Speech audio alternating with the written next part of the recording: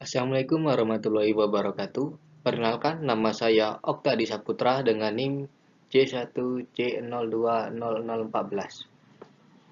Baik, dalam presentasi kali ini saya akan menjelaskan yaitu tentang mengenai desain riset.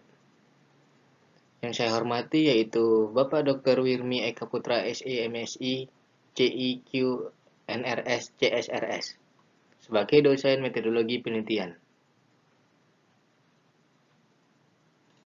Baik, dalam kesempatan ini saya akan membahas yaitu pokok pembahasannya yang pertama definisi desain riset. Yang kedua ada manfaat, tujuan, dan ciri-ciri desain riset. Yang ketiga yaitu jenis-jenis desain riset menurut para ahli. Dan yang keempat yaitu ruang lingkup dan lingkungan desain riset. Baik, materi yang pertama yaitu definisi desain riset.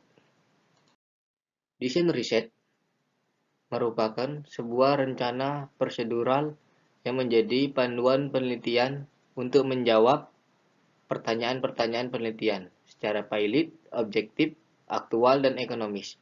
Dengan kata lain, desain riset sangat penting, sangat diperlukan oleh penelitian untuk mengarahkan kerja penelitian agar lebih efektif, efisien, dan tepat sasaran. Materi yang kedua yaitu ada manfaat, tujuan, dan ciri-ciri desain riset. Yang pertama yaitu manfaat desain riset.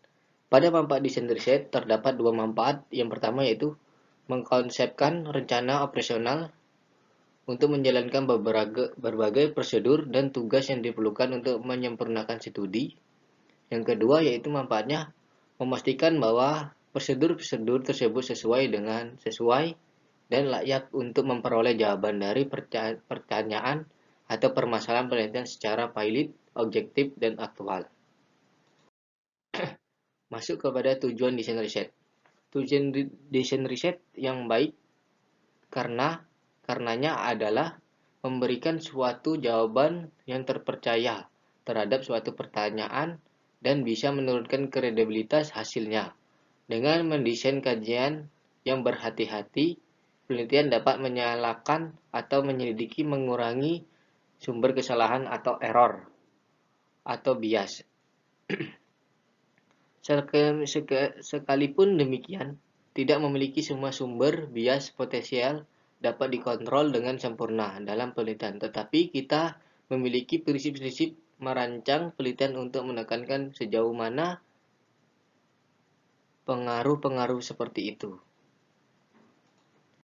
Ya, masuk ke ciri-ciri desain riset.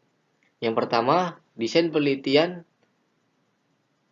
tidak pernah dilihat sebagai ilmiah atau tidak ilmiah, tetapi dilihat dari segi baiknya atau tidak baiknya saja. Yang kedua, desain tergantung dari derajat akulturasi yang diinginkan, level pembuktian dari tingkat perkembangan dari bidang ilmu yang bersangkutan. Yang ketiga, desain yang tepat sekali tidak pernah ada. Hipotesis dirumuskan biasanya dalam bentuk alternatif, karena itu desain juga dapat berbentuk alternatif lainnya.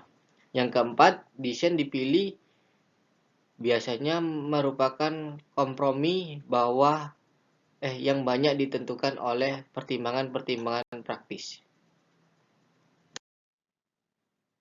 Baik, jenis-jenis desain riset menurut para ahli. Jenis-jenis desain riset menurut Kumar 2005 yaitu Kumar 2005 menyebutkan terdapat berbagai jenis penelitian yang digolongkan berdasarkan 3 perspektif, yaitu berdasarkan 1. Jumlah kontrak dengan populasi studi, yang kedua periode waktu yang dirujukan studi, yang ketiga penyelidikan. Ini desain riset yang pertama jumlah. Jumlah terdapat yaitu 1, 2, 3, atau dan lainnya. Data 1 terdapat cross, yang kedua terdapat sebelum, dan yang ketiga adalah log ordinal. Jenis yang kedua yaitu periode. Periode terbagi yaitu retrospektif, prospektif, dan retrospektif. Jenis yang ketiga adalah karakteristik pendelastikasikan. Yang terdapat yaitu eksperimental, non, atau semi. Gambar tersebut menunjukkan jenis-jenis desain penelitian yang sering digunakan dalam penelitian bidang sosial dan kemasyarakatan.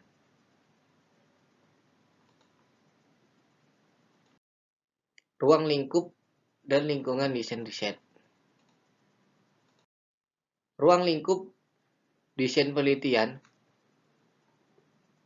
Desain penelitian dalam menentukan kesimpulan lebih mementingkan keluasan dan bukan kedalaman. Desain ini berusaha untuk mengetahui ciri-ciri populasi melalui penarikan kesimpulan secara inferensi berdasarkan ciri-ciri sampel. Hipotesis yang diuji secara kuantitatif dan kesimpulan mengenai hasil-hasil temuan yang disaji berdasarkan tingkat sejauh mana sampel adalah representatif dan tingkat validalitas atau keaslian sampel. Lingkungan desain riset. Lingkungan desain riset, desain juga berbeda dengan kondisi lingkungan aktual atau kondisi-kondisi yang lainnya.